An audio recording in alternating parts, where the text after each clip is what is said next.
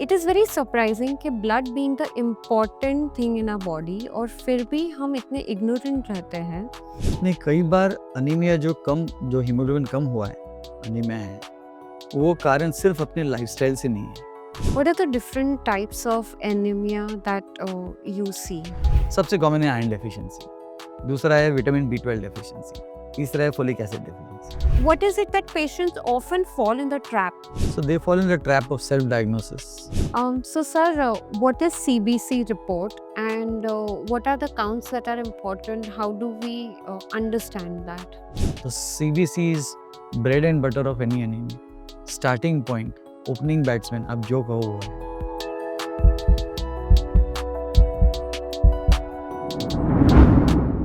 50% of Indian women, one third of Indian children, ये सारे anaemic condition से सफ़र कर रहे हैं। It is not a small thing that we are talking about it is a crisis.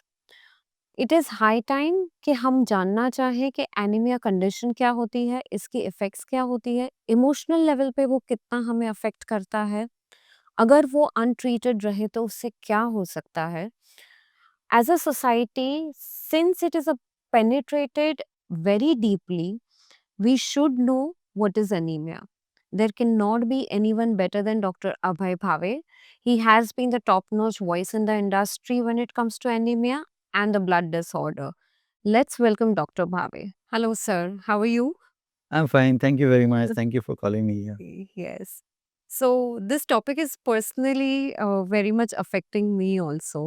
And as the research suggests that, more than 57% women and many children are affected with that. Unfortunately, even I have been part of it, the anemia. And why is it fueling so much? What is the crisis? What is the reason behind? See, anaemia माने लो haemoglobin, और लो haemoglobin के बहुत सारे कारण हैं।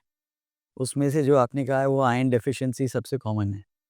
मेरे हिसाब से कम 60 से लेके 70% आज के पेशेंट्स में आयरन की कमी की वजह से अनीमिया है। ये फ्यूलिंग क्यों होता है, आपका सवाल है। तो इसके बहुत सारे कारण होते हैं। हो सकता है हम सही तरह से खा नहीं रहे हैं। हो सकता है जो हम खाते हैं वो आयरन रिच नहीं है। हो सकता है जो हम खा रहे हैं वो अंदर से हमारी पाचन क्रिया शायद कम हो गई होगी, इसके लिए जितना आयरन एब्ज़ॉर्ब होना चाहिए वो हो नहीं रहा है। हो सकता है कहीं से ब्लड जा रहा है, जैसे लेडीज़ में मेंस्ट्रुअल पीरियड होता है, अगर ज़्यादा ब्लीडिंग हुआ तो फिर लॉस वहाँ पर होता है। अगर उस लड़की ने खाया नहीं बराबर से खाना, तो वो लॉस नेक्स्ट मंथ दोबारा होता है। तो वो आयरन की कमी क्यूमुलेट होती जाती है। तो उसमें एक ना एक दिन आयरन कम होना ही होना है। फिर होता है पाइल्स का ब्लीडिंग, किसी को शायद अल्सर का ब्लीडिंग, और बाकी के बहुत सारे कारण हैं अनीमिया के। सिर्फ़ आयरन की कमी नहीं है, वो तो एक है। मैं मानता हूँ कि वो 60-70% आंसर है। पर और विटामिन की कमी हो सकती है, फोलिक एसिड की कमी हो सकती है, खासकर विटामिन B12 की कमी, ब्लड लॉस एक दूसरा है, और ब्रेकडाउन ऑफ ब्लड, जिसको हम लोग मेडिकली हीमोलिसिस कहते हैं, जहाँ खून टूटता है, उसके भी बहुत सारे कारण हैं। और याद रखिए, हमारी कंट्री में इतनी डाइवर्सिटी अपनी, उसमें थैलेसीमिया नाम की एक कंडीशन होती है। मैं बीमारी नहीं कहूँगा, वो कंडीशन है जिसमें हीमोग्लोबिन थोड़ा कम ही बनता है, और वो माइनर, इंटरमीडिएट, मेजर होता है। तो ऐसे बहुत सारे कारण हैं जिससे हीमोग्लोबिन कम हो सकता है। पर आयरन सबसे कॉमन है, न खाने की वजह से, सही खाना न खाने की वजह से, पाचन क्रिया कम होने की वजह से या ब्लीडिंग की वजह से, इनमें हीमोग्लोबिन कम होता है। So I will take a step back कि कम खून और कम haemoglobin level, these two are different things. या Iron that's a levels. Good question. So कम खून, सो हम हमारे लिए एज़ फिजिशियंस एंड हेमेटोलॉजिस्ट, जब हम खून के बारे में बात करते हैं, हम कंप्लीट ब्लड काउंट के बारे में बात करते हैं, सीबीसी, यानी कि हीमोग्लोबिन, व्हाइट सेल्स और प्लेटलेट्स। तो अपने खून में 3 तरह के सेल्स होते हैं। ये तीनों जब कम होते हैं, तीनों का नाम दिया जाता है खून। पर खासकर जब हीमोग्लोबिन सिर्फ कम होता है, तो उसको अनीमिया कहा जाता है। Okay. जब 2 सेल्स कम होते हैं, बाइसाइटोपिनिया, जब 3 सेल कम होते हैं, पैनसाइटोपिनिया। तो नाम बदलता है। शायद कारण कॉमन होगा, पर जब एक ही हीमोग्लोबिन कम है, उसको अनीमिया कहा जाएगा। Okay. और उसकी हम लोग की एनालिसिस करने की जो का जो तरीका है, वो अलग है। जब 2 सेल काउंट कम होते हैं उसका अलग है, और जब तीनों सेल कम होते हैं बिल्कुल अलग है। ज़्यादातर अनीमिया जहाँ सिर्फ हीमोग्लोबिन कम है, उसमें हम लोग ब्लड से ही diagnosis most of the times हम लोग को मिल जाता है।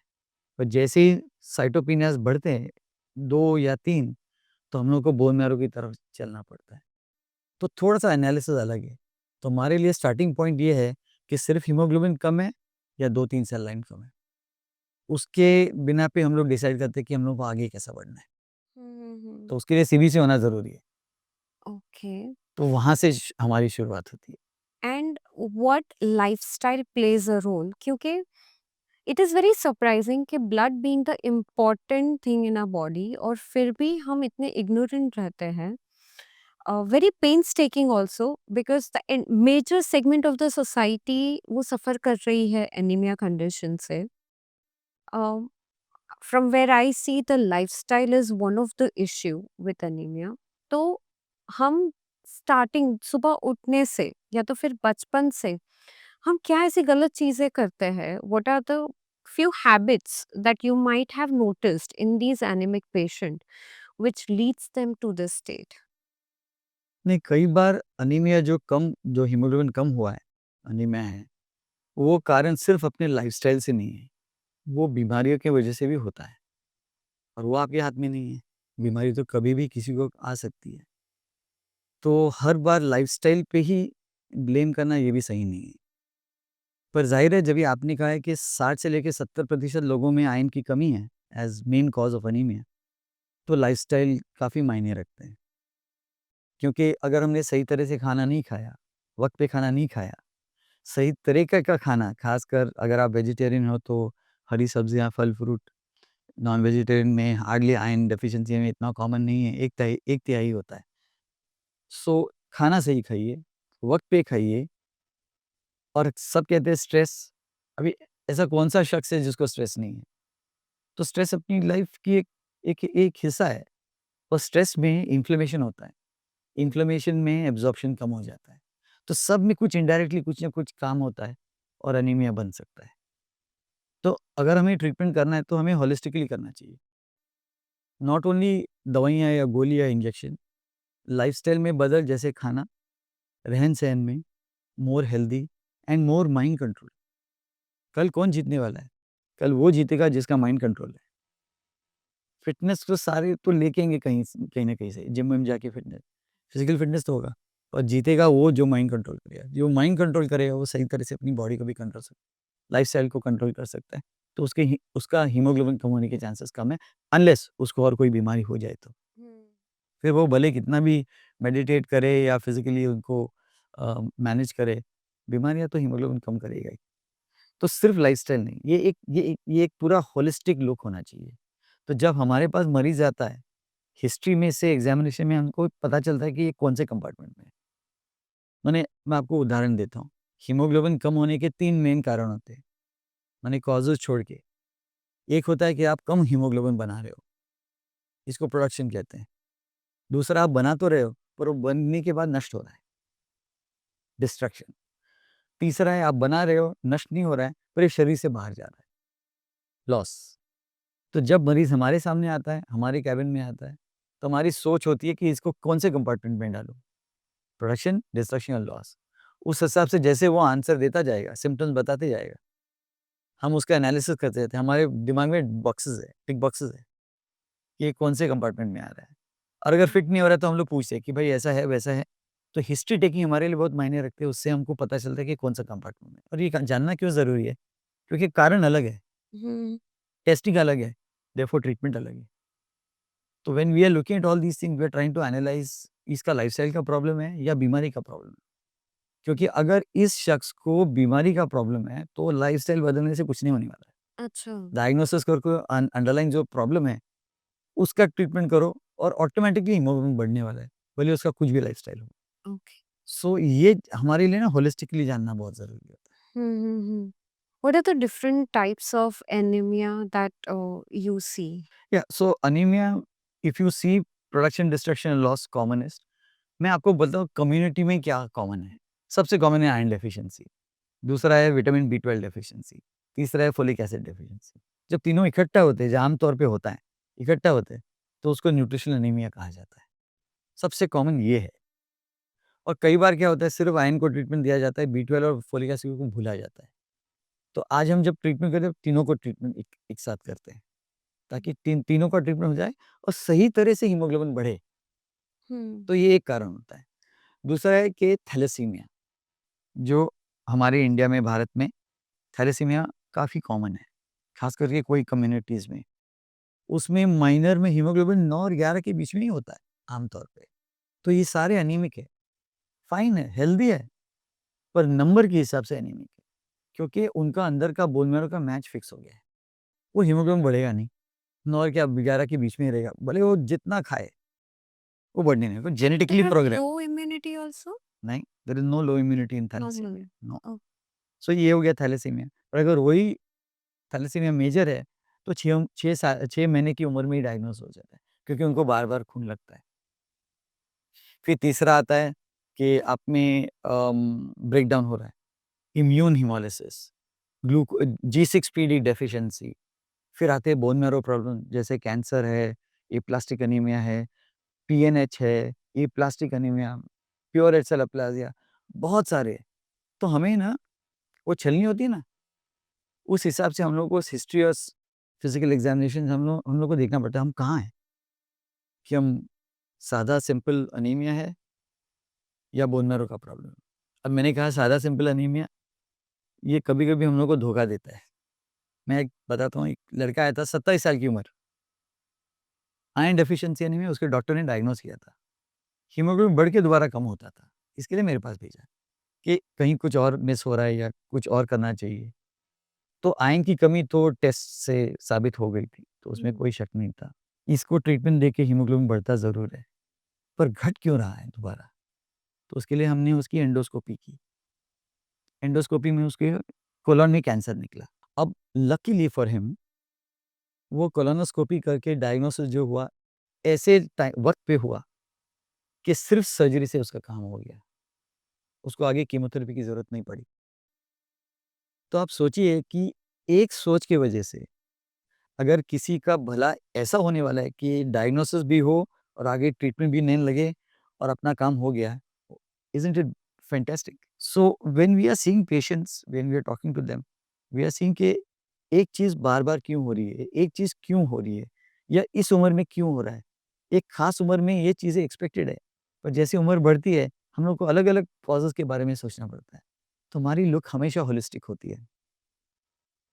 सो अनीमिया के डायग्नोसिस के लिए टेस्ट बहुत सारे हैं, पर केवल हिस्ट्री और फिजिकल एग्जामिनेशन से और जो फीडबैक हमको मिलता है पेशेंट से, हम लोग सवाल पूछे जाते हैं, हम लोग पता कर सकते हैं कि कौन सा सेट करना चाहिए। नहीं तो टेस्ट सैकड़ों है, आपने सारे टेस्ट किए तो आपका पूरा ब्लड लैब में जाएगा, आपके पास कुछ नहीं बचेगा। तो हमारी ट्रेनिंग और हम जो ट्रेनिंग देते हैं, हमने जो ली है, हम जो देते हैं हमारे स्टूडेंट्स को, इसके लिए देते हैं कि भाई आप ऐसे कुछ करो जिससे आपको एक राह मिले, जहाँ पर लिमिटेड टेस्ट में आपका डायग्नोस होना चाहिए।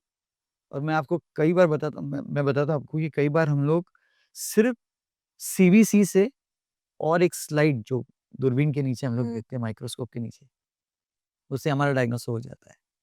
केवल एक स्लाइड जो स्टेन करते हैं हम लोग और एक सीबीसी। वो स्लाइड ना एक पिटारा है, माइक्रोस्कोप के नीचे जब हम देखते हैं सब काफ़ी सेल्स, उसका आकार कैसा है, उसका रंग कैसा है, वो किसके साथ है, man is known by the company he keeps. तो वैसे ये सेल्स की कंपनी क्या है? बाकी से सेल्स क्या है? ये सेल्स टूटे हैं, इनका कलर अलग है क्या? इसका साइज़ क्या है? बहुत आंसर्स उसमें से मिल जाते हैं। Sickle cell anaemia, malaria, cancer, बहुत सारे टेस्ट, बहुत सारे डायग्नोस हम लोगों को स्लाइड से मिल जाते हैं।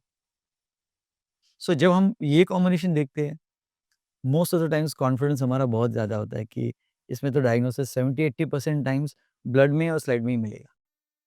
फिर बाकी और जो करना है, एडिशनल टेस्ट होते हैं, कई बार लोग कर पाते हैं, कोई कर नहीं सकते हैं, और बोन मैरो। Hmm.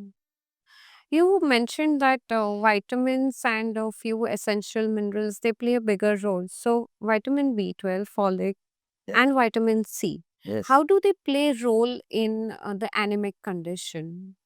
सो बी12 की जो कमी होती है, वो और फोलिक एसिड की कमी, दोनों हीमोग्लोबिन को घटाते हैं। देखिए आपका जो हमारी जो रसोई है वो है बोन मैरो, उसमें खून बनता है, पर वो जो सेल है रेड सेल जिसके अंदर हीमोग्लोबिन है, वो हीमोग्लोबिन बनाने के लिए कुछ सामग्री चाहिए। उसमें से बहुत अहम है प्रोटीन्स और दूसरा है आयरन, विटामिन्स। हीमोग्लोबिन, हीम और ग्लोबिन।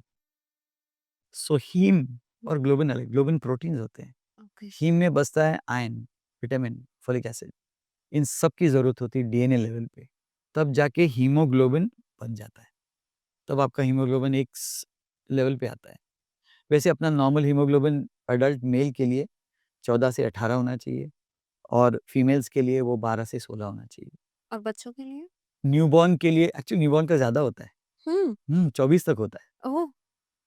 जैसे उसकी उम्र बढ़ती है, खास करके इन्फेंसी में, तो हीमोग्लोबिन थोड़ा कम हो जाता है और फिर स्थिर हो जाता है। 2 या 3 साल की उम्र के बाद हीमोग्लोबिन कहीं 12, 11, 12 से लेके 14, 16 तक होता है और वो थोड़ा घटता बढ़ता है और जैसे हम लोग 16, 18 साल हो जाए तो फिर स्थिर हो जाता है और ये स्थिरता हमें 70, 80 साल के आदमी में भी दिखाई दी। तो ऐसा नहीं कि अपनी उम्र बढ़ रही है तो हीमोग्लोबिन कम होना चाहिए, ऐसा कुछ नहीं है। इसके कारण हो सकते हैं अलग, और जैसे अब हमारी उम्र बढ़ती है तो प्रोडक्शन थोड़ा कम हो जाता है, पर फिर भी इतना कम नहीं होता है कि भाई आप कहो कि नहीं कि 9-10 भी ठीक है, ऐसा नहीं होता है। तो प्रोडक्शन लेवल काफ़ी, अपनी बॉडी ब्यूटीफुल है। माने जो भगवान ने बनाया है ना, फिनोमिनल सेल्स क्या काम करते हैं, और हम लोग कभी-कभी बीमारी की वजह से या लाइफ़स्टाइल की वजह से इसको गंदा कर देते You just sounded like a poet who is admiring the work of हैं। It is God. Beautiful, Yeah. It is beauty आप सेल्स देखो, हर एक का ना एक फिक्स काम है। हीमोग्लोबिन सिर्फ़ और सिर्फ़ ऑक्सीजन ले जाएगा। अगर हीमोग्लोबिन कम हो गया तो आपके सारे सिम्पटम्स आते हैं, जैसे कि थकान, साँस लेने में तकलीफ़, जो आप नॉर्मली सीढ़ियाँ चढ़ते थे, चढ़ नहीं पा रहे हो कि आप हाँफ रहे हो, इरिटेबिलिटी, अटेंशन कम हो जाता है। बच्चा क्लासरूम में बैठा है, वो दिमाग बाहर काम कर रहा है। Loss of restless leg syndrome, रात को लोग बोलते हैं मुझे नींद नहीं आती, मैं हमेशा पलटते रहता हूँ, पैर में दर्द होता है, रेस्टलेस लेग सिंड्रोम। ये सारे सिंड्रोम बिकॉज़ ऑक्सीजन की कमी है और सिर्फ़ एक ही है बंदा जो ऑक्सीजन सब जगह पे ले सकता है, वो है haemoglobin. Does it also mimic the depression? हो सकता है माने डिप्रेशन हो सकता है अगर हीमोग्लोबिन बहुत कम है तो, पर डिप्रेशन या डायग्नोसिस थोड़ा अलग है। अनीमिया में हम लोग डिप्रेशन नहीं कहते हैं, इरिटेबिलिटी होती है थोड़ी, थकान महसूस होती है, पर depression technically speaking that word we can not use. White cell का काम है इम्यूनिटी को सही रखने की, प्रतिकार शक्ति को अच्छा रखने की। प्लेटलेट्स का काम है ब्लीडिंग ना हो। क्या बॉडी डिज़ाइन की है। फैंटास्टिक, सब अपना-अपना काम करते हैं। व्हाइट सेल हीमोग्लोबिन का नहीं करेगा, प्लेटलेट्स हीमोग्लोबिन का नहीं करेगा। इसके लिए अगर हीमोग्लोबिन कम हुआ तो प्रॉब्लम है, बैकअप सिस्टम नहीं है उसके लिए। पर वो सिस्टम ही इतनी अच्छी बनाई है कि इंटरनल फीडबैक और बैकअप सिस्टम इतने अच्छे हैं कि बहुत कुछ करना पड़ेगा अपने को हीमोग्लोबिन को कम लाने के लिए। Oh, is it?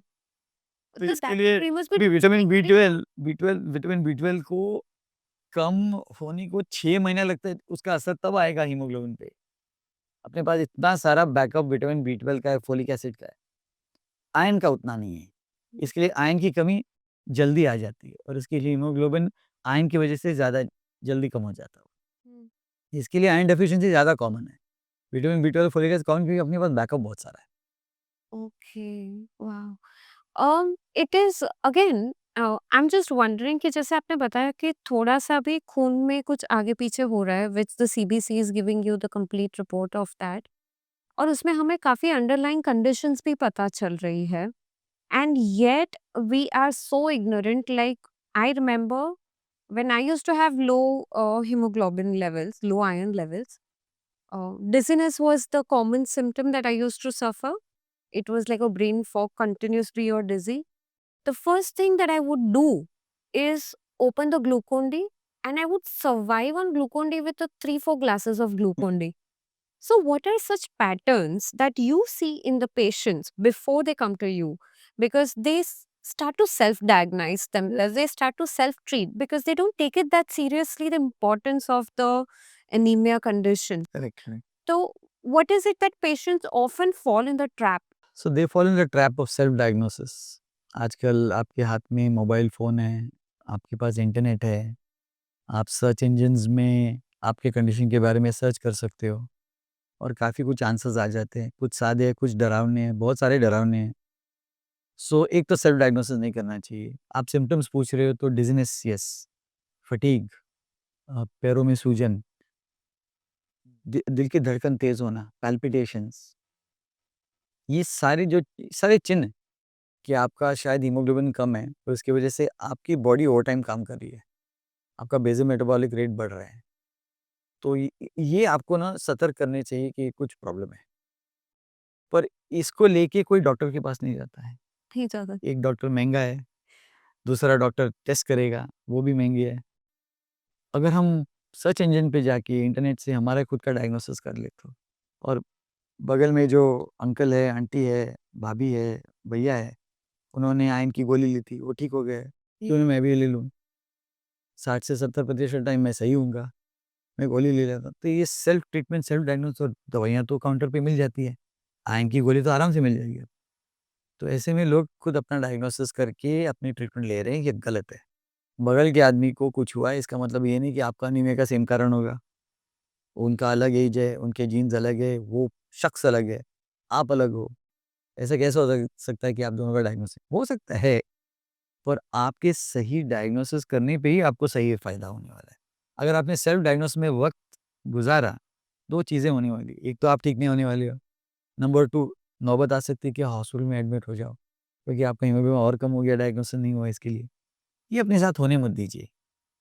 कोई भी डॉक्टर, नज़दीक के डॉक्टर के पास चले जाइए, ब्लड टेस्ट तो आसान है, इतने सारे लैबोरेटरीज़ हैं, घर पे आते हैं आजकल टेस्ट करने के लिए।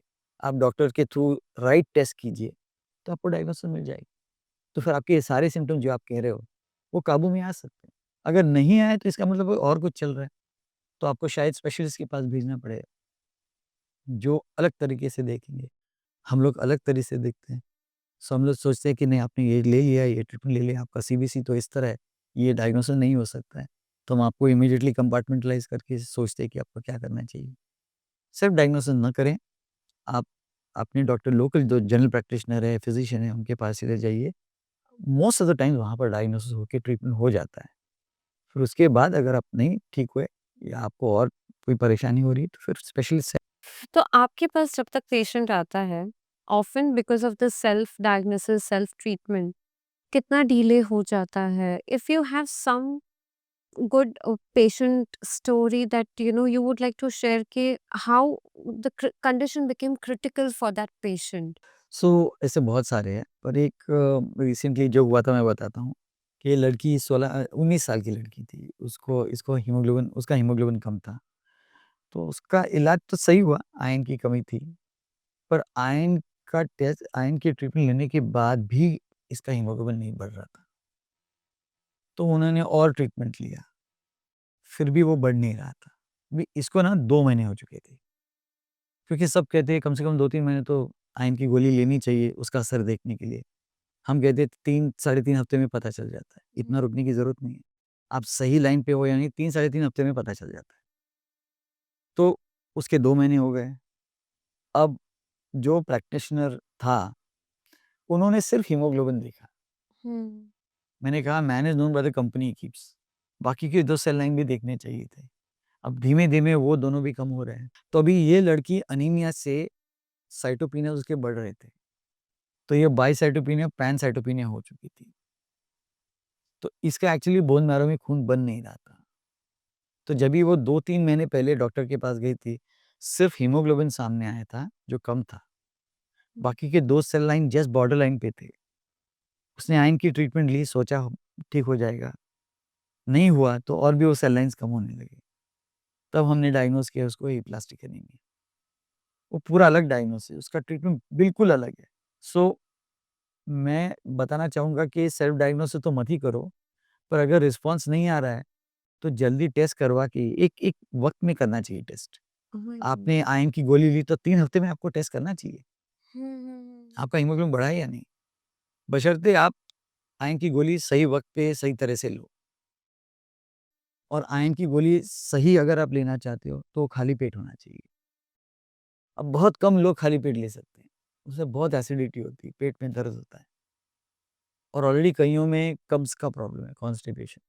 ये और भी खराब हो सकता है। किसी-किसी को डायरिया होता है। तो कई साल से मैं 10 साल से ज़्यादा मैं पेशेंट को बोलता हूँ, आप खाना खाने के बाद गोली ले लो आयरन की गोली। हुँ, हुँ। थोड़ा आयरन एब्ज़ॉर्प्शन कम हो जाएगा, पर आपको जो साइड इफ़ेक्ट्स है वो नहीं होंगे। दूसरी चीज़ ये है कि जो एट्रिशन रेट होता है, यानी कि पेशेंट्स बंद कर देते हैं। 7 दिन गोली लेते हैं, फिर बोलते हैं अभी मुझे नहीं लेनी है। आपको जो करना है करो। हुँ, मैं अभी नहीं लेने वाला हूँ या नहीं लेने वाली हूँ। अगर आपने खाना खाने के बाद गोली ली, तो एटलीस्ट वो और आप ले सकते हो। तो एट्रिशन रेट कम हो जाता है, कॉम्प्लायंस रेट बढ़ता है और वो भी नहीं है, तो हमारे पास इंजेक्शंस हैं आयरन के, विटामिन के इंजेक्शंस हैं, वो हम दे सकते हैं, प्रोवाइडेड ऑफ कोर्स डायग्नोसिस सही है। उसके देके आप हीमोग्लोबिन को बढ़ा सकते हो और बखूबी वो बढ़ता है। हीमोग्लोबिन कइयों में तो नॉर्मल भी हो जाता है, कइयों में थोड़ा कम रहता है क्योंकि शायद उनमें थैलेसीमिया है या कोई और दूसरी विटामिन की कमी जो आपने दी नहीं है। सो हमारे पास मॉनिटरिंग सिस्टम्स है, टेस्टिंग है, अगर आपने सही वक़्त पे टेस्टिंग किया, तो यू कैन फाइंड आउट आप सही राह पे जा रहे हो या नहीं। सो अगर आप ट्रीटमेंट ले रहे हो, 3 हफ्ते में डॉक्टर ने चेक करना चाहिए या आपने चेक करना चाहिए, मैं सही हूँ या नहीं। हुँ। प्रेग्नेंट वुमेन में because of the anaemia condition बच्चे पे क्या असर पड़ता है? And if you can share. या अनफॉर्चुनेटली मेरे प्रैक्टिस में बहुत सारे प्रेग्नेंट पेशेंट्स हैं जिनमें अनीमिया बहुत कॉमन है। It is very sad. ये अपने देश के लिए अच्छा नहीं है, क्योंकि आप सोचिए कि जो बच्चा या बच्ची पैदा होने वाला है या होने वाली है, वो हमारे देश का भविष्य है। कल को वो हमें टेक केयर करने वाले हैं। अगर उनकी सेहत ठीक नहीं है तो हम लोगों के ऊपर क्या ध्यान देंगे? न्यूरो कॉग्निटिव फंक्शन, यानी कि जब आयरन की कमी प्रेग्नेंट वुमन में होती है, तब उसका असर बच्चे पे हो सकता है। तो अनीमिया, एक तो लड़की को प्रेगनेंसी होनी नहीं देनी चाहिए अगर अनीमिया है तो। उसका पहले सही तरह से जाँच होनी चाहिए कि तुम्हें आयरन की कमी है, विटामिन की कमी है, फोलिक एसिड की कमी है, थैलेसीमिया है, इन सब की जाँच होनी चाहिए। क्या तुम प्रेगनेंसी के लिए फिट हो? हुँ, हुँ। क्या वो कपल फिट है? हुँ, हुँ, हुँ। सिर्फ़ लड़की प्रेग्नेंट हो रही है पर वो भी तो फादर होने वाला है ना। दोनों फिट होनी चाहिए for for a happy family. मैंने देखा है कई बार लड़की प्रेग्नेंट हो जाती है पर उसकी आयरन उसमें अनीमिया होता है, लो हीमोग्लोबिन होता है। तो ऐसे में हम लोगों को फिर फाइंड आउट करना पड़ता है क्या प्रॉब्लम है। Again 60-70% times it is iron deficiency. अब पहले 3 महीने में प्रेगनेंसी के हम आयरन नहीं दे पाते। अच्छा। अभी मान लो लड़की का हीमोग्लोबिन 7.5 या 8 है, 3 महीने उसका और भी थोड़ा घटने वाला है। तो जब वो जो सेकंड ट्राइमेस्टर में आ जाएगी, हीमोग्लोबिन 7.5-8 हो चुका है, फिर हम लोग को आयरन बढ़ाना पड़ेगा। अब अगर वो आएगी तो हम लोग बढ़ाएँगे। कई लड़कियाँ तो हमारे पास थर्ड ट्राइमेस्टर में आती है, रजिस्टर नहीं करती है। अगर उन्होंने रजिस्टर किया होता तो हम पता कर सकते थे, उसका इलाज जल्दी कर सकते थे। तो प्रेगनेंसी में प्रॉब्लम ये है मेरी समझ में कि जब तक वो उसको उसने हीमोग्लोबिन चेक नहीं किया है, प्रेगनेंसी नहीं होनी चाहिए। अभी मैं तो रूल बना नहीं सकता हूँ, ये मेरे हाथ में नहीं है। पर आपके माध्यम से मैं उन सब लड़कियों को कहना चाहता हूँ और यंग कपल को कहना चाहता हूँ, हस्बैंड्स को भी कहना चाहता हूँ कि देख लो फर्स्ट आप फिट हो प्रेगनेंसी के लिए। हमें एक हेल्दी प्रेगनेंसी चाहिए ताकि आप अपनी प्रेगनेंसी एन्जॉय करो और हेल्दी बच्चा या बच्ची भी मिले। बहुत इम्पोर्टेंट। नहीं तो उसमें न्यूरो कॉग्निटिव फंक्शन होते हैं, वो बच्चे पर बहुत असर हो सकता है, खासकर आयरन की कमी की वजह से। थैलेसीमिया अगर होगा और मैं आपको बताना चाहूँगा कि अगर थैलेसीमिया है लड़की में, लड़के की भी जाँच करनी चाहिए। हुँ, हुँ। और मैं कहता हूँ कि ये प्रेगनेंसी के पहले होनी चाहिए, दोनों की जाँच थैलेसीमिया के लिए। अगर दोनों में थैलेसीमिया माइनर है, जो माइनर ही होगा, शादी करे तो अगर दोनों में माइनर है, तो हर प्रेगनेंसी में 25% चांस है कि बच्चा या बच्ची मेजर हो सकता है। ओह! अगर उनको ये पता नहीं है, तो जब डिलीवरी होगी, हीमोग्लोबिन कम होगा और 6 महीने की आयु से उस बच्चा या बच्ची को ब्लड चढ़ाना पड़ेगा। अब लड़का कहेगा लड़की की वजह से, लड़की कहेगी लड़का की वजह से, दोनों का आधा-आधा हिस्सा है इसमें। क्योंकि जीन्स तो बच्चे में आधे-आधे आते हैं, दोनों से आते हैं। तो अगर वो दोनों का माइनर जीन जो है, वो एक बच्चे में चला गया, तो वो मेजर बन जाएगा। हर प्रेग्नेंसी में 75% परसेंट चांस है, अगर 2 थैलेसीमिया ने शादी की, और मैंने कह रहा शादी मत करो, लड़का लड़की अच्छी पसंद करते हैं, of course you should get married, why not. पर अगर 2 माइनर शादी कर रहे हैं, तो जब वो लड़की प्रेग्नेंट होगी, तब चेक करना पड़ेगा कि जो फीटस है अंदर, वो माइनर है, मेजर है या नॉर्मल है। क्योंकि मेजर बच्चे को मैनेज करना मुश्किल है, कर सकते हैं। हमारे पास बहुत सारे मेजर बच्चे हैं, they are doing very well provided they are treated well. वक्त पे ट्रांसफ्यूजन मिलना चाहिए। आयरन की जो बढ़त होती है बॉडी में, उल्टा होता है उनमें, आयरन की कमी नहीं होती, आयरन बढ़ता है उनमें, तो घटाना पड़ता है उनको, मॉनिटर करना पड़ता है, उनकी ग्रोथ मॉनिटर करनी पड़ती है, एंडोक्राइन सिस्टम मॉनिटर करना पड़ता है। सो थैलेसीमिया मेजर मैनेज कर सकते हैं हम लोग, पर वो बहुत उसका एक सिस्टम होना चाहिए। So, sir, what is CBC report and what are the counts that are important? How do we understand that? So CBC is the starting point for us for anemia assessment or any low count assessment. It is done by a machine. It is done completely automated. It is rapid, reliable, reproducible. हम लोग का 3 R's, RRR, Okay. rapid, reliable, reproducible. So from that we get the CBC. उसमें से we come to know hemoglobin, white cells, platelets. एक number आता है and then haemoglobin का ना एक क्वालिटेटिव एनालिसिस होता है। उसमें साइज, अमाउंट ऑफ हीमोग्लोबिन पर सेल, हीमोग्लोबिन कॉन्सेंट्रेशन सब आता है उसमें, आरबीसी काउंट। तो उससे हमको पता चलता है कि ये हाइपोमाइक्रो है, यानी कि सेल साइज छोटा है या बड़ा है। क्योंकि बड़ा यूजुअली मेगालोब्लास्टिक यानी बी12 और फोलिक एसिड डेफिशिएंसी में होता है। ओ- और ये वाला जो है जब सेल्स छोटे, वो iron deficiency anaemia, thalassaemia, anaemia of chronic disease, lead toxicity, sideroblastic anaemia, तो एक मंत्र होता है। तो हम लोग वो मंत्र इस्तेमाल करते हैं कि इसमें ये होने वाला है, इसमें वैसा होने वाला है। तो हमारी सोच, हमारे टेस्ट, हमारी ट्रीटमेंट बदलती है। सो दैट्स व्हाई वो सीबीसी बहुत इंपॉर्टेंट है, और वो क्वालिटी एश्योर्ड लेबोरेटरी से ही करना, जो सही तरह से आपको एक अच्छा प्रिंट आउट दे दे। और आजकल अपने सारे जो लेबोरेटरीज है, they can do this automated cell counter. So वो हमारे लिए बहुत मायने रखते हैं। That's called CBC. उसके बिना पे हम लोग स्लाइड देखते हैं, फिर टेस्टिंग करते हैं, और ज़रूरत होगी तो अलग टेस्टिंग होता है। वो एक प्लेटफ़ॉर्म है जहाँ से हम लोग आगे बढ़ सकते हैं।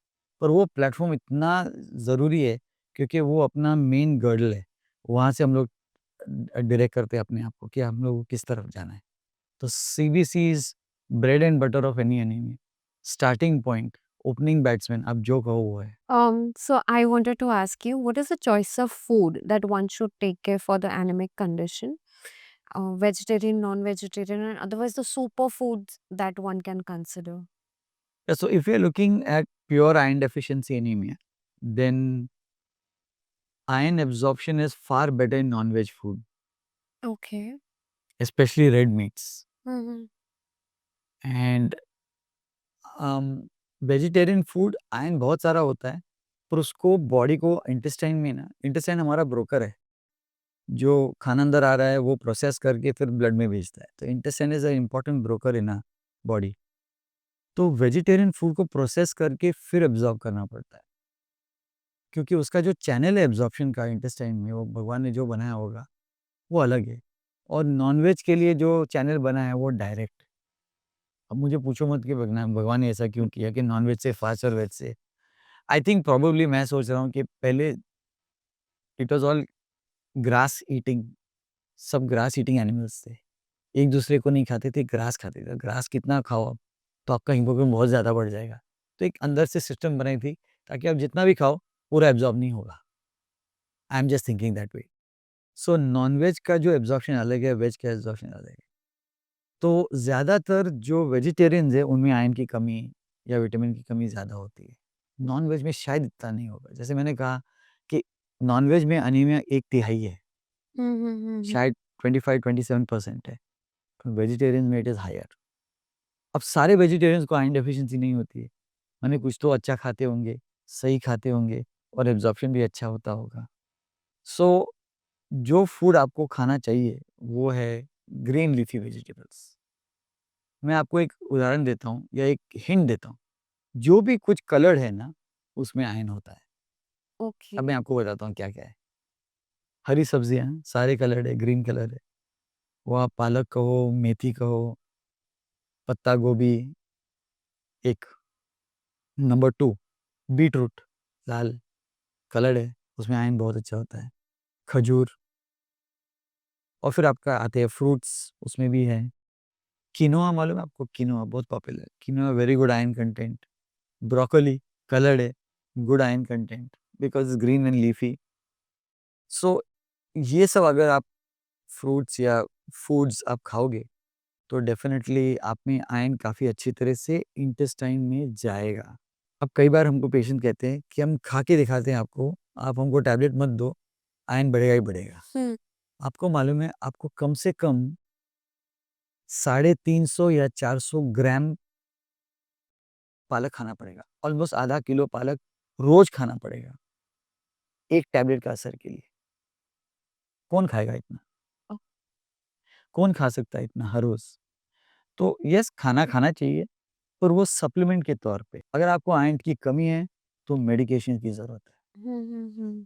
सो मेडिकेशन से आपका जो एब्जॉर्प्शन, आयरन जो जितना डिलीवर होता है इंटेस्टाइन में, वो बहुत अच्छी तरह से एब्जॉर्ब होता है। तो इसके लिए टैबलेट्स लेना ज़रूरी होता है जब आयरन की कमी हो। अगर आप में आयरन की कमी नहीं है या आपने टैबलेट्स लेके आयरन को सही किया है, दोबारा न होने के लिए प्रिवेंटिव के तौर पे आप खाना सही खा सकते हो, क्योंकि वो सप्लीमेंटल है, ना कि थेरेप्यूटिक। जब आयरन कम है आपको थेरेपी चाहिए, तो दोनों का रीज़निंग अलग है। तो आप आयरन की गोली लो या इंजेक्शन लो, जो है वो, हीमोग्लोबिन को बढ़ाइए, उसको बरकरार रखने के लिए आप खाना अच्छा खाइए और उसमें ये सब खाना आप ऐड कीजिए। नॉन-वेज में तो लिवर है, रेड मीट्स है, fish, chicken, all these are excellent, क्योंकि उनमें जो टाइप ऑफ आयरन है, हीम आयरन, वो बहुत अच्छी तरह से एब्ज़ॉर्ब हो जाता है। सो यूजुअली नॉन-वेजिटेरियंस में इतना ज़्यादा प्रॉब्लम नहीं होता है। I wanted to further ask you कि जैसे हम पहला हमारा इंस्टिंक्ट होता है सेल्फ ट्रीटमेंट, सेल्फ डायग्नोसिस। इस चक्कर में जब ये प्रोलॉन्ग टाइम तक when the anaemia is not treated, so how does it affect the body and what are the complications that can I think happen? Excellent question, बहुत बहुत बहुत अच्छा सवाल है आपका, और मैं देखता हूँ प्रैक्टिस में, क्योंकि कई लोगों को पता ही नहीं कि उनको एनीमिया है। उनको लगता है अपनी रोज़मर्रा की ज़िंदगी में जो थकान महसूस होती है, वो सब काम करने की वजह से, ट्रैवल करने के बस में, ट्रेन में, तो उतना स्ट्रेस तो उनको हो जाता है, उनको लगता है ये तो नॉर्मल है मेरे लिए। और उनको ये पता नहीं कि हीमोग्लोबिन चेक करके एक बार देखें हीमोग्लोबिन कम है क्या? So if we don't diagnose and if we let the haemoglobin be low, and many people don't realise, उनको पता नहीं चलता हीमोग्लोबिन कम है, क्योंकि रोज़ की लाइफ में उनको लगता है ये सारे सिम्पटम्स जो होते हैं वो अपनी लाइफ की वजह से। तो उनमें जो सिम्पटम्स होते हैं और जो बात आगे हो सकता है, लो हीमोग्लोबिन का असर हार्ट पे आ सकता है। हार्ट थोड़ा बड़ा हो सकता है, डायलेशन थोड़ा बड़ा हो सकता है, फिर हांफना शुरू होता है, फिर दिल की धड़कनें तेज़ होती है, फिर पैरों में सूजन हो जाती है और बाकी के ऑर्गन्स पे भी असर असर आता है। मैंने कहा कि ये एक ही बंदा है हीमोग्लोबिन जो ऑक्सीजन ले जा सकता है। अगर आपका हीमोग्लोबिन ही कम है तो आपको ऑक्सीजन मिलेगा नहीं। अगर ऑक्सीजन नहीं मिला तो जो सारे जो गंध पैदा होती है मेटाबॉलिज्म के थ्रू, उसको वापस लाने के लिए एक सिस्टम होती है, उसमें ऑक्सीजन की बहुत ज़रूरत होती है। तो इसके लिए पैर में दर्द होना, रात को पैर में माने तकलीफ़ होना या जो साँस फूलती है, ये सब चिन्ह हैं कि आपका ऑक्सीजनेशन अच्छा नहीं है, तो जो बाय प्रोडक्ट्स है, वो निकल नहीं रहे शरीर में से। तो सारा इफ़ेक्ट किडनी पे, हार्ट पे, ब्रेन पे एक-एक करके आता जाएगा और एक वक़्त आएगा जब भी आप बिल्कुल हताश हो जाओगे कि यार मुझे क्या हो रहा है? I am not my normal self. तब जाके आप टेस्टिंग करोगे। पर तब तक अ, हीमोग्लोबिन काफ़ी कम हो चुका होगा। तब शायद आपको ब्लड ट्रांसफ्यूज़न की भी ज़रूरत होगी, जिसके मैं सख्त खिलाफ हूँ। आयरन की कमी के लिए अगर आपने ब्लड लिया तो ये गलत है। आयरन की कमी के लिए आयरन देना चाहिए और हीमोग्लोबिन बढ़ जाएगा। आप इस मुकाम पे आओ ही मत कि आपको ब्लड लेना पड़े। हाँ, अगर बोन मैरो का प्रॉब्लम है, कैंसर है, प्लास्टिक एनीमिया है, हीमोलिसिस है, वो सब अलग है। उनमें शायद ब्लड देना ज़रूरी होगा, क्योंकि उनमें रिस्पॉन्स इतना फ़ास्ट नहीं आता है, जितना आयरन और विटामिन की कमी में होता है। तो अगर आयरन और विटामिन की कमी वालों ने ब्लड लिया तो ये गलत है। माने उसने अनदेखा किया अपने आप आपकी तरफ, इसके लिए उनकी कंडीशन ख़राब हो के इस मुकाम पे आई है कि उनको ब्लड लेना पड़े। तो अगर उन्होंने सही तरीके से मेडिसिन्स चालू कर दी, सप्लीमेंट्स चालू कर दी, टैबलेट्स या जो भी है सिरप चालू कर दिया, for how long should they wait to get through the second step कि ओके फाइन इससे भी क्योर नहीं हो रहा है, तो अभी हमें कुछ और सोचा दिखाना या या सो कम से कम 3 हफ्ते कोई भी आप ट्रीटमेंट लो, उसका इफ़ेक्ट 3 हफ्ते में आ जाता है। अगर 3 हफ्ते या 1 महीने तक असर नहीं आया, आपका हीमोग्लोबिन नहीं बढ़ा है या आपकी कंडीशन और भी खराब हो रही है, इसका मतलब आप सही राह पे नहीं हो। आपको आपका डायग्नोसिस रिविज़िट करना ही पड़ेगा। आपको या तो उसी डॉक्टर के पास जाके बोलना पड़ेगा कि मैं पहले से ठीक नहीं हूँ, या तो आप मेरा रिव्यू करो डायग्नोसिस, या अगर आप चाहते तो आप और एक ओपिनियन ले सकते हो। so which stream of doctors one should consult because this is at a general practitioner या that I we are think at. अपना जो बैकबोन है मेडिसिन का, that is medical general practitioner, क्योंकि वो आपको जानता है, आपकी फैमिली को जानता है, आपकी हिस्ट्री को जानता है। तो वो बेस्ट और सस्ता वाला, because they are the one, they are the first step. आप जब भी स्पेशलिस्ट या सुपर स्पेशलिस्ट के पास आओगे, आपका खर्चा बढ़ेगा। तो that is the best way to tackle it, and we got fantastic general practitioners. तो अगर उन्होंने ट्रीटमेंट दिया और आपका हीमोग्लोबिन ठीक है, नहीं तो एमडी फिजिशियन। मेरी प्रैक्टिस में मैं क्या देख रहा हूँ, खासकर सिटी में, क्योंकि हेमेटोलॉजिस्ट, पहले तो किसी को मालूम नहीं हेमेटोलॉजिस्ट क्या है। Yeah. अभी तो हम लोग जाने जाने गए अभी 10 पिछले 10-15 साल में। तो अभी तो डायरेक्ट हमारे पास आ रहे हैं, और ये कम्युनिटी के लिए अच्छा नहीं है। अगर आयरन की कमी मुझे ट्रीट करनी पड़ी, इसका मतलब है जीपी और फिजिशियन अपना काम नहीं निभा रहे। और हो सकता है ये क्योंकि वो उनके पास नहीं जा रहे, डायरेक्टली मेरे पास आ रहे हैं। तो ये एक्चुअली उनके पास जाना चाहिए। मेरे पास कौन आना चाहिए? जो बावजूद इसके कि आपने ट्रीटमेंट लिया, आप ठीक नहीं हो रहे हो, तो मेरे पास आना चाहिए। कैसा? क्योंकि मेरे हाथ में कोई थोड़ी जादू है या कोई अलग चीज़ है। मैं तो वही आयन देने वाला हूँ, जो वो डॉक्टर देने वाला था। तो मुझ में ऐसा क्या है कि मेरे पास आके हीमोग्लोबिन बढ़ेगा। उनके पास भी हीमोग्लोबिन बढ़ता था, पर आप उसके पास जाओगे तब ना। आप डायरेक्टली मेरे पास आ रहे हो, ठीक है, हमारे लिए अच्छा है, पर कम्युनिटी के लिए अच्छा नहीं है। क्योंकि हमारे टेस्टिंग करने का जो सिस्टम है, वो सब अलग होता है। तो फिज़िशियन से हम लोग, अब बहुत बार मैंने देखा है कि अगर सामने बैठा पेशेंट जो मरीज़ है, अगर स्लाइड सी और सीबीसी डायग्नोसिस स्ट्रेट फॉरवर्ड है, तो हम लोग टेस्ट भी नहीं करेंगे। हम लोग डायरेक्टली ट्रीटमेंट करेंगे, जो फिज़िशियन भी करता है। तो I feel that they should go to the proper channel and take treatment on time and see that the अगर हीमोग्लोबिन नहीं बढ़ा, दे शुड आस्क ऐसा क्यों हो रहा है? पर आप वापस जाओगे तब ना। कई लोग हमारे पास वापस आते ही नहीं हैं। हमने लिख दिया, ट्रीटमेंट चालू कर दिया, हमने कहा कि 3 हफ्ते के बाद आ जाओ, कोई नहीं आता है। Hmm. बहुत सारे लोग वापस नहीं आते क्योंकि थोड़ा अच्छा लगता है उनको, और उसको प्लेसिबो इफेक्ट कहते हैं। थोड़ा गोली ले लिया, आपको लगता है कि अभी मैं ठीक होने वाला हूँ। तो चंद दिन, 7 दिन, 10 दिन, 15 दिन, 1 महीना लिया, फिर बंद कर दिया। तो आपका स्टोर बढ़ा नहीं। आपको लेना था 3 से लेके 6 महीने, आपने लिया 1 महीने के लिए। थोड़ा आपने देखा हीमोग्लोबिन बढ़ गया, नज़दीक के पैथोलॉजी लैब से करवा लिया टेस्ट, हीमोग्लोबिन थोड़ा बढ़ गया, आप खुश हो गए, अभी लेने की ज़रूरत नहीं, हमें हमारा हीमोग्लोबिन ठीक है, मैं भी ठीक हूँ। पर आपका स्टोर अच्छा नहीं है। आपका जो आयरन का लेवल है, वो चल रहा है करंट अकाउंट पे, सीरम आयरन, और वो ड्रॉ करता है आपके डिपॉज़िट से। आपका डिपॉज़िट है फेरिटिन।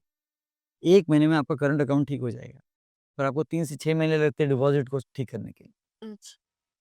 आपने दवाई बंद कर दी, तो 1 महीना तो आपका काम चलेगा करंट अकाउंट पे, फिर बाद में आपको ड्रॉ कहाँ से करोगे आप? आपके पास स्टोर ही नहीं है। तो आपको स्टोर को अच्छा करना है, उसके लिए 3-6 महीना लेना पड़ता है। तो हम लोग ये कहते हैं कि आप दवाई लो 3-6 महीने के लिए, इसके लिए कि आप ब्लड में भी ठीक रहो, और बोन मैरो में भी जो आयरन का जो स्टोरेज होता है, लिवर और बोन मैरो में, वो भी अच्छा होना चाहिए। तभी आप सही तरह से काफ़ी अरसे तक आप ठीक रहोगे। How does it affect differently for men and versus women? The anemic condition. देखिए, मेन में, विमेन में ब्लीडिंग का चांस ज़्यादा होता है, पीरियड्स में ब्लीडिंग।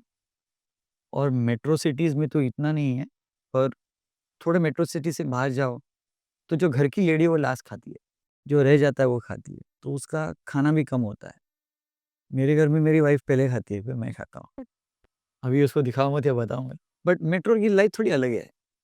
बट जैसे आप बाहर जाते हो तो many times the lady of the house who is the most important will eat at the end and eat less.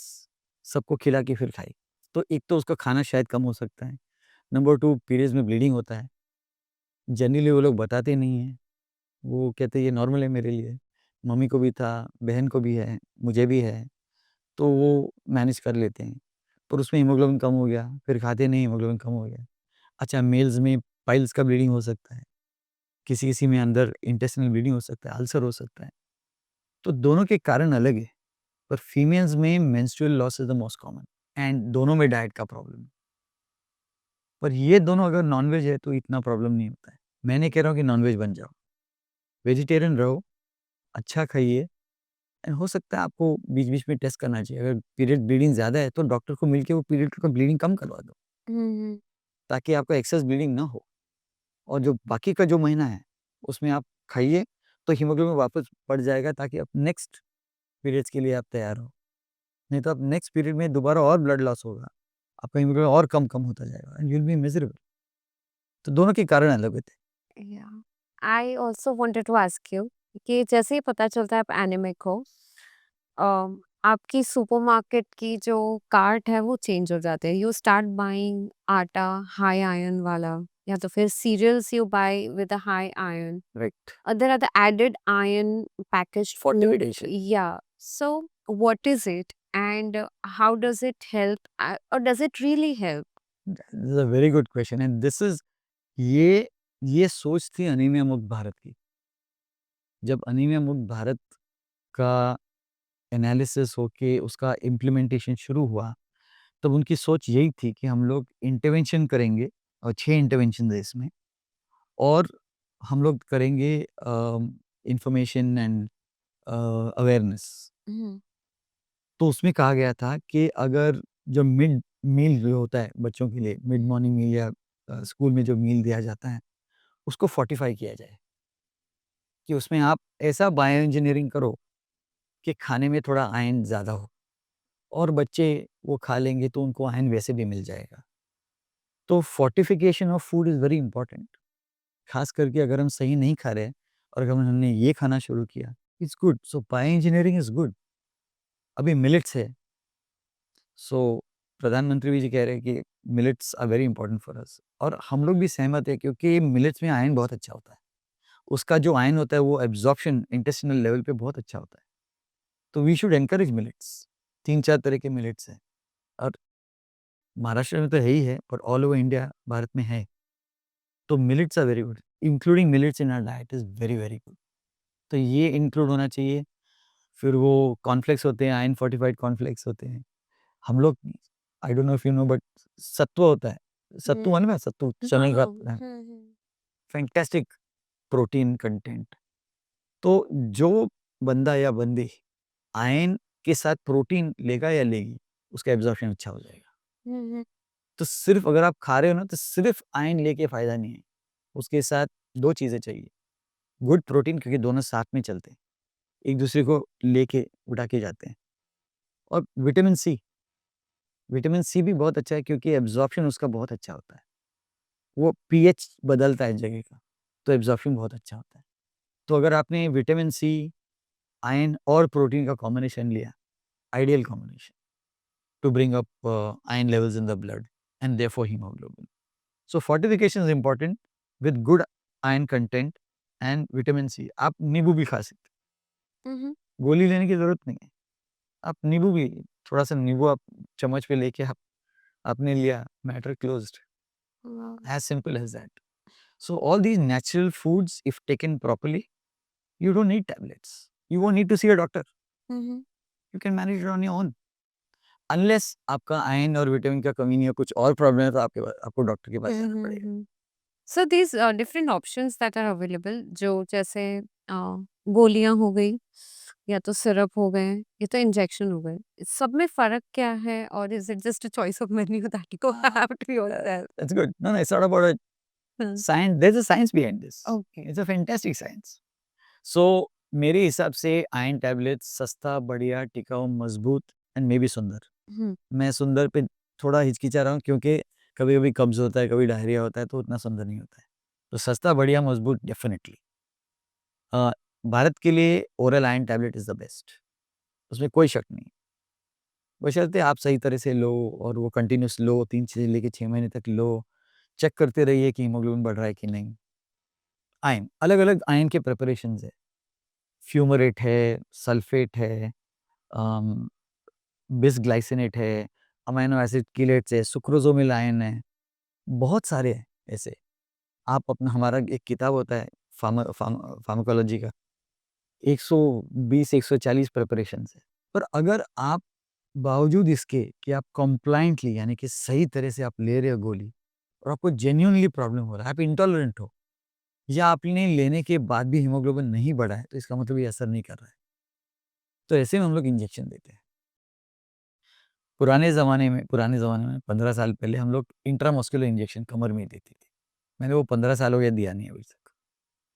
बहुत पेनफुल होता है एंड वो मरीज़ आपको याद रखेगा कि आपने ऐसा इंजेक्शन दिया है। है। आज हमारे पास भारत की फार्मास्यूटिकल कंपनी से इंट्रावीनस आयन मिलता है। उसने पूरा में काया पलट हो गई है पूरे आयन ट्रीटमेंट की। क्योंकि ऐसे लोगों को जो गोली नहीं ले पा रहे थे या जिनका हीमोग्लोबिन नहीं बढ़ा, इंटॉलरेंट है वो, आज आईवी आयन से उनका हीमोग्लोबिन इस मुकाम पे आया कि वो नॉर्मल लाइफ जी रहे हैं।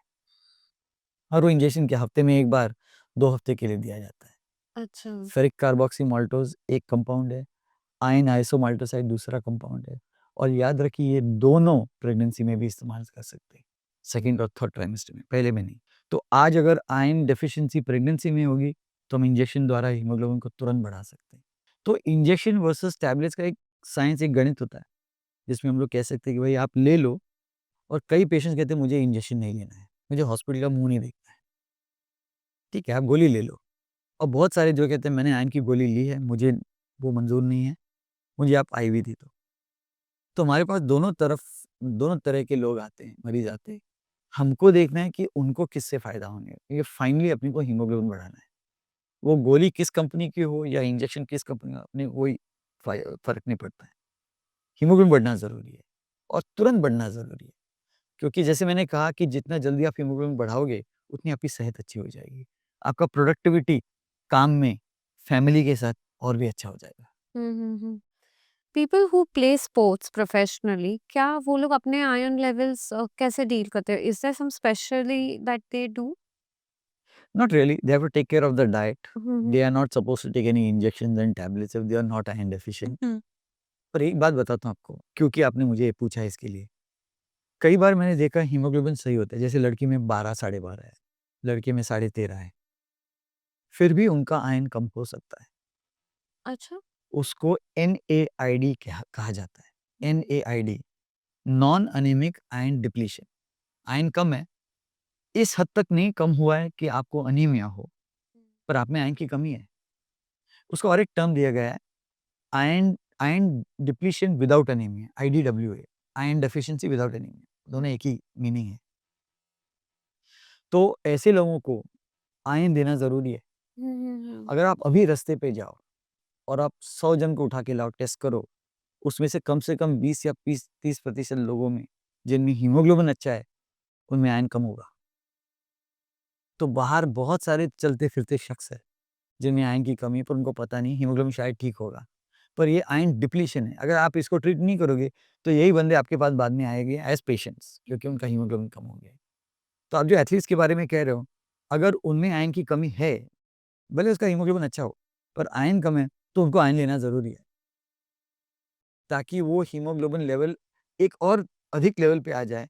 और नॉट ओनली दैट, सिर्फ हीमोग्लोबिन के बारे नहीं है, हर एक एंजाइम जो अपने बॉडी में है, वो आयन के ऊपर निर्भर है। It's a very important mineral. अपना अर्थ का कोर क्या है? It is ion, it is ion.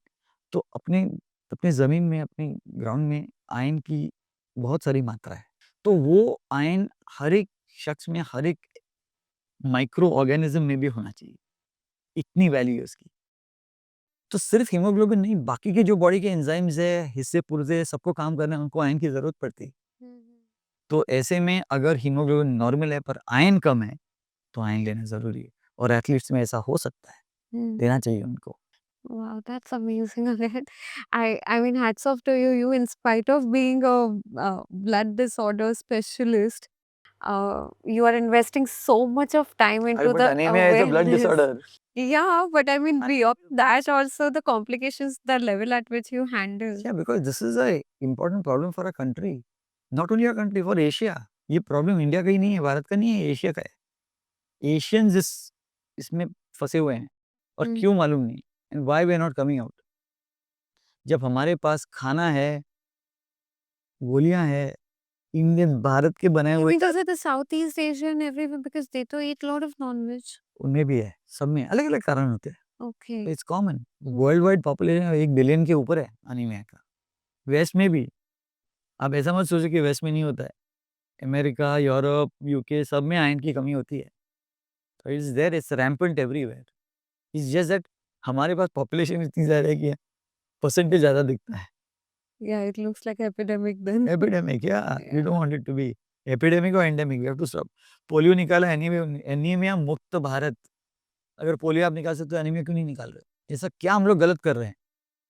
देखिए, गवर्नमेंट ने तो रूल्स बनाए हैं, एनीमिया मुक्त भारत इम्प्लीमेंट किया है, वो हमें ले जाना है कॉमन मैन तक। कॉमन मैन समझ जाए, अंडरस्टैंड करे कि भाई मुझे ऐसे खाना है, ऐसे टेस्ट करना है, तो मुझे नहीं लगता है कि कोई ज़्यादा एनीमिक रहेगा। Mm-hmm. क्योंकि जो बाकी के जो कारण हैं, आयरन डेफिशिएंसी और विटामिन छोड़ के, वो 20 या 30% है, वो तो किसी देश में भी होंगे। पर हमारे पास इसी तादाद इसकी ज़्यादा है क्योंकि आयरन की कमी है। सो हमारा अवेयरनेस क्यों नहीं है? गवर्नमेंट कितना करेगा? ह हमारा क्या माने, हमारा कोई वैल्यू नहीं है, हमारा रोल नहीं है हमारा। हम भी चाहते हैं कि हमारी बॉडी सही तरह से रहे। अपनी हेल्थ इज़ मोस्ट इम्पोर्टेंट, और हम कोई गवर्नमेंट या कोई दूसरे के लिए क्यों रुके बताने के लिए? So we should be able to take care of ourselves, I feel. वो अवेयरनेस नहीं आ रहा है। हम लोग लाइफ के, रोज़ के लाइफ में इतना मतलब मशरूफ़ रहते हैं ना, कि अपने लिए टाइम नहीं है, और वो मेरे हिसाब से गलत है। टाइम निकालना चाहिए, अपने ऊपर ध्यान देना चाहिए कि हम हेल्थ वाइज़ कैसे हैं, और हम एक-दूसरे की सुनते भी नहीं हैं। आजकल एक-दूसरे का इंटरैक्शन भी सिर्फ़ मोबाइल के थ्रू हो रहा है। सो प्रीवियसली एटलीस्ट दोस्त मिलते थे, "अरे यार, क्या हो गया तुझे? तू पेल दिख रहा है या वज़न कम हो गया है।" कोई तो कुछ बोलेगा, आज वो कोई बोलता भी नहीं। सब इतने बिज़ी अपनी लाइफ़ में। ये सोसाइटी चेंज हो रही है। Beautiful things are happening in society, पर ये चीज़ें हेल्थ में प्रॉब्लमैटिक है। What is a temporary anemic condition versus chronic anemia? So temporary यानी कि मान लीजिए आपको पेट से ब्लीडिंग हुआ, आपको अल्सर है, ड्यूोडेनल अल्सर, गैस्ट्रिक अल्सर, खून की उल्टी हो गई, या जिसको सिरोसिस ऑफ लिवर है, उसके ना खाली खाने की नली में खून की नलियाँ बढ़ती हैं। वो खून की नलियाँ अगर फट गई तो उसमें से तुरंत ब्लड आधा 1 लीटर निकल जाता है। Mm. तो ये एक्यूट एनीमिया होता है, सडन। कोई-कोई जिसमें G6PD मान लीजिए, उसने कुछ ऐसा कुछ खाया या दवाई ली, हीमोग्लोबिन टूट गया, आरबीसीज़ टूट गए और हीमोग्लोबिन सडन, ये सारे एक्यूट है। Mm. Acute autoimmune haemolytic anaemia, अपनी ही इम्यूनिटी अपने खिलाफ जाती है, अपने ही सेल्स के ऊपर वार करती है, तो हीमोग्लोबिन सडनली कम होता है। ये सारे एक्यूट है। क्रॉनिक वाला जो होता है वो थैलेसीमिया की तरह, आयरन की कमी, विटामिन की कमी, एनीमिया ऑफ क्रॉनिक डिजीज़, ये जो रूमेटॉइड आर्थराइटिस, एसएलई, किडनी, जिनको क्रॉनिक प्रॉब्लम्स है, उनमें हीमोग्लोबिन हमेशा थोड़ा-थोड़ा कम रहता है। उनमें मौका है खून बढ़ाने का, पर कभी-कभी वो मौका मिस कर जाते हैं। सही तरह से जाँच नहीं होती है, सही डॉक्टर के पास नहीं जाते हैं। टेस्ट करने में उनको थोड़ी अ अ, माने कॉस्ट की वजह से या जो भी आप कहो, वो होता नहीं है। तो ऐसे में वो एक अपॉर्च्युनिटी होती है, जो मिस हो जाती है। क्योंकि वो क्रॉनिक एनीमिया अगर बहुत कम है, तो वो हानिकारक है। अगर वही क्रॉनिक एनीमिया थोड़ा बढ़े, हीमोग्लोबिन 6-7 की तरफ गया तो अच्छा नहीं है। अगर आपने उसको 8-9 रखा तो फिर भी आपकी लाइफ अच्छी हो सकती है, ख़ास करके जिनको क्रॉनिक प्रॉब्लम है। पर आप उसको 8, 9, 10 तक लेके जाओ, उनकी लाइफ बदलेगी। पर उनको ही अगर आपने 6 में रखा, तो आप बार-बार उनको खून देते रहेंगे और वो खून के मोहताज हो जाएँगे, हॉस्पिटल के मोहताज हो जाएँगे, बार-बार आना पड़ेगा। उनका सेल्फ एस्टीम कम हो जाता है, उनका अपने आप ऊपर का भरोसा कम हो जाता है। तो ये नहीं होना चाहिए। We should make them aware, bring up their self respect. You have broadly covered so many things around it. Like, I will not shy away from repeating again. Okay, we have just made it normal to live with the less energy, less focus, the dizziness. It's just become the part of it, as if, I call it चलता है। ये चल रहा है, चलने दो। मैं ऐसी ही हूँ या मैं ऐसा ही हूँ। अपनी सोच बदलनी चाहिए। अपना हेल्थ इज़ मोर, और हेल्थ केयर आज इतना महँगा हो गया है। भई आप take care of your health. और अगर सस्ते में हो रहा है तो फाइन, नहीं तो बहुत महँगा पड़ जाएगा।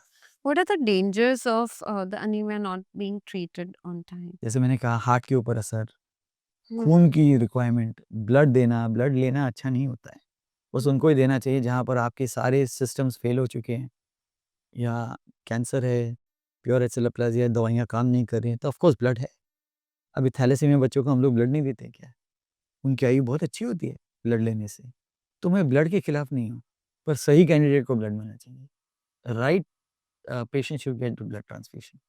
okay. सिर्फ़ एक नंबर को बढ़ाने के लिए आप ब्लड मत लो, वो गलत है। क्योंकि वो दिया हुआ ब्लड 1, 2, 3 हफ्ते रहेगा। फिर उसके बाद जैसे थे, तो फिर क्या करोगे आप? और ब्लड में से कोई भी इन्फेक्शन आ सकता है। आज की तारीख में सिटीज़ में ब्लड में से कोई भी इन्फेक्शन मिलना बहुत कम है।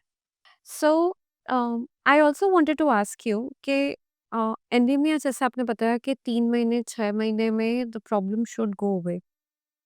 When should a person or a doctor should think that it is a furthermore there is something to read here, something serious coming up? When are those symptoms? What are the indications? So 3 months or 6 months is for iron deficiency and vitamin deficiency. Hmm. But if it's a bone marrow problem, then the anemia can go on for long. They'll need longer treatment, different kinds of treatment. Cancer needs chemotherapy, others need other types of treatment. But if you got, say, let's take iron deficiency, because we are talking about a simple problem like iron deficiency. If it does not resolve in 1 month, there is a problem. अगर symptoms आपके वैसे ही है, आप ठीक नहीं हो रहे हो, there's some problem. आपके सिम्पटम्स और भी खराब हो रहे हैं, देयर इज़ अ प्रॉब्लम। आप में हांफना और ज़्यादा हो रहा है, पैरों में सूजन आ रही है, दिल की धड़कन तेज़ हो रही है, आप जो पहले सीढ़ियाँ चढ़ते थे, आप चढ़ नहीं Mhm. पा रहे हो। ये सारे सिम्पटम जो पहले थे, वो गायब नहीं हुए, वैसे के वैसे और भी खराब हो रहे हैं। You are not on the right track. आपको चेंज करना ही पड़ेगा। So, what is the revisit. difference of a deficiency of iron and leukemia? So deficiency of iron is when iron as a mineral is less in the blood, in the bone marrow, and therefore you are not making enough blood. Leukaemia is a type of blood cancer. Mhm. उसमें आपका ion कम या ज़्यादा फ़र्क नहीं पड़ता है। अच्छा। ये खराब सेल्स आपके बोन मैरो के अंदर बन रहे हैं और वो खराब सेल्स आपके नॉर्मल सेल्स को खा रहे हैं, उनको जगह नहीं दे रहे बढ़ने के लिए, और ये पूरा कब्ज़ा जमाए रखा है उन्होंने बोन मैरो के अंदर। खुद बढ़ रहे हैं, सारा पोषण वो ले रहे हैं, आयन भी वही ले रहे हैं। तो ल्यूकीमिया अलग है, it's a blood cancer. Ion deficiency anaemia is different. It is a deficiency disorder. And this is a proficiency disorder, your excess production of another disease, diametrically opposite.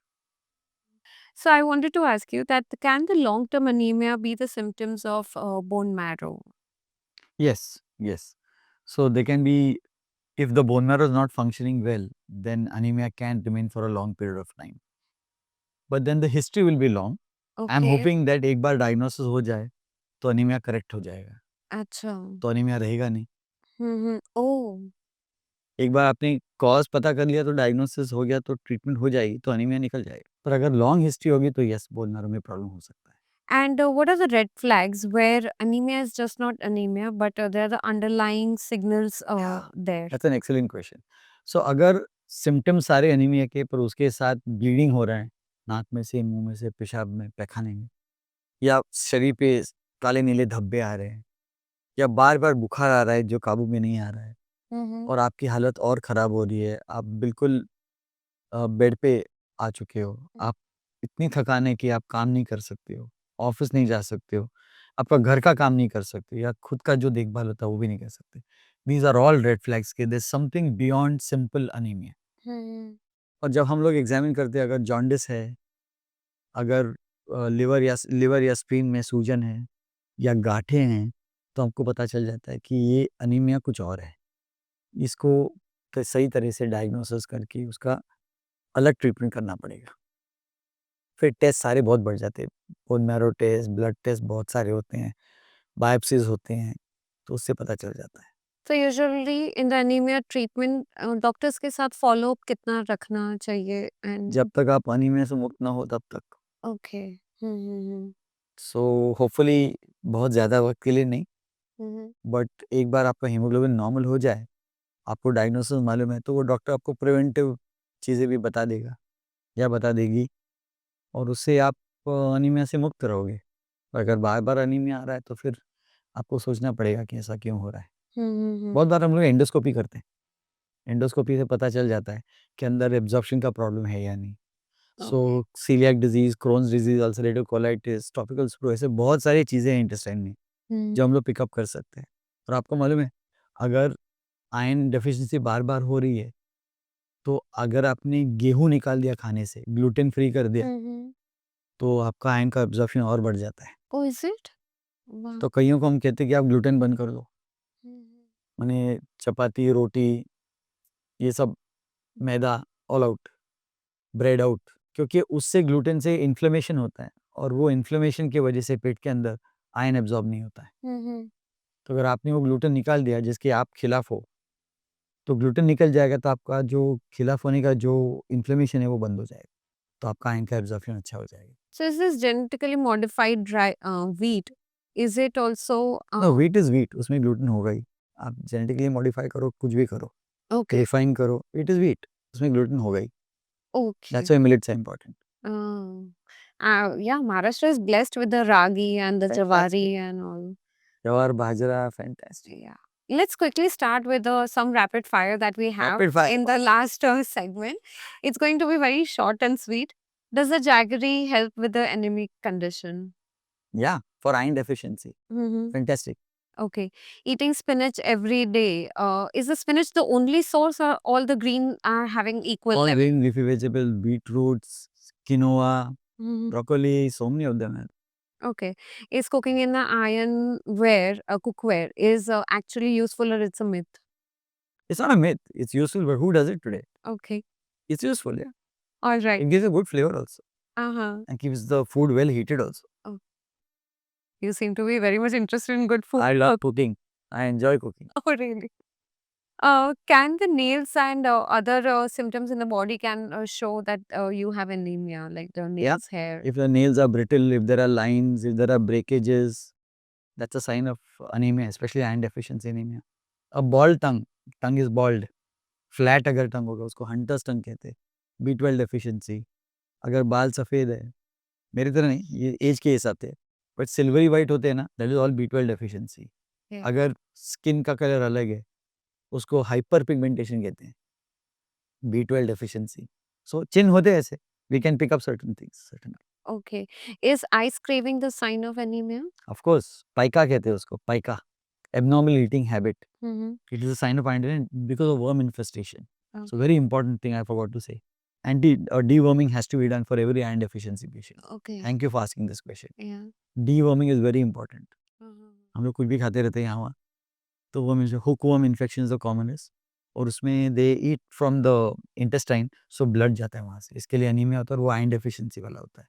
So deworming is very important. So you must give them deworming, and worm infestation is a problem in our country, especially in pediatrics, but in adults also.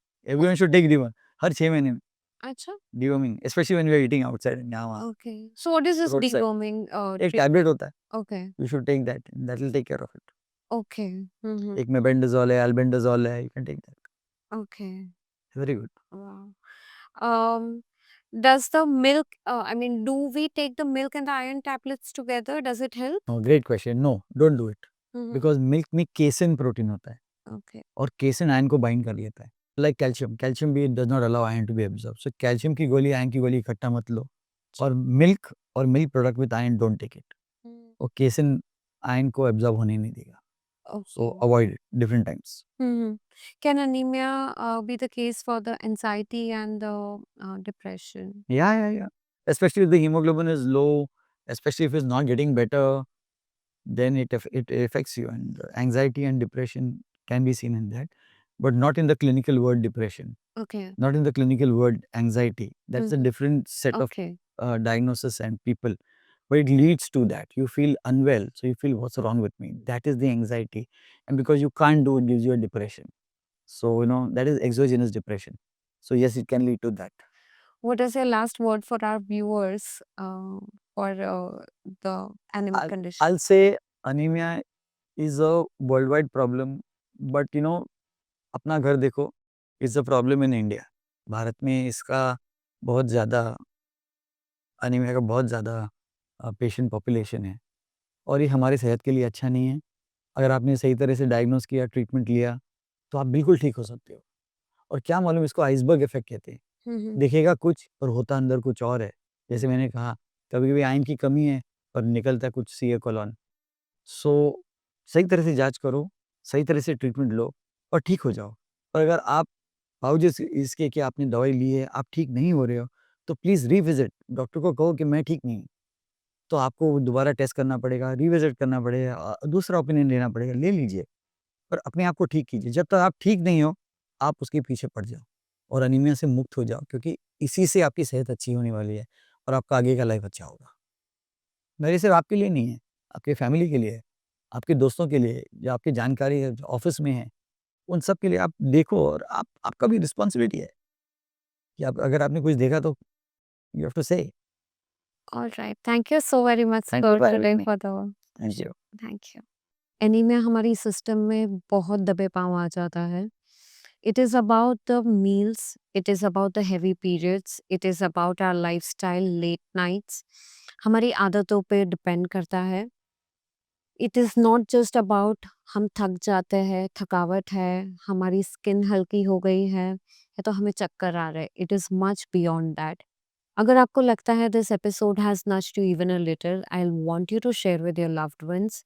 Do share, do ask your questions in our comment section, and we'll be happy to reach out to our doctors and get back to you with answers. Thank you.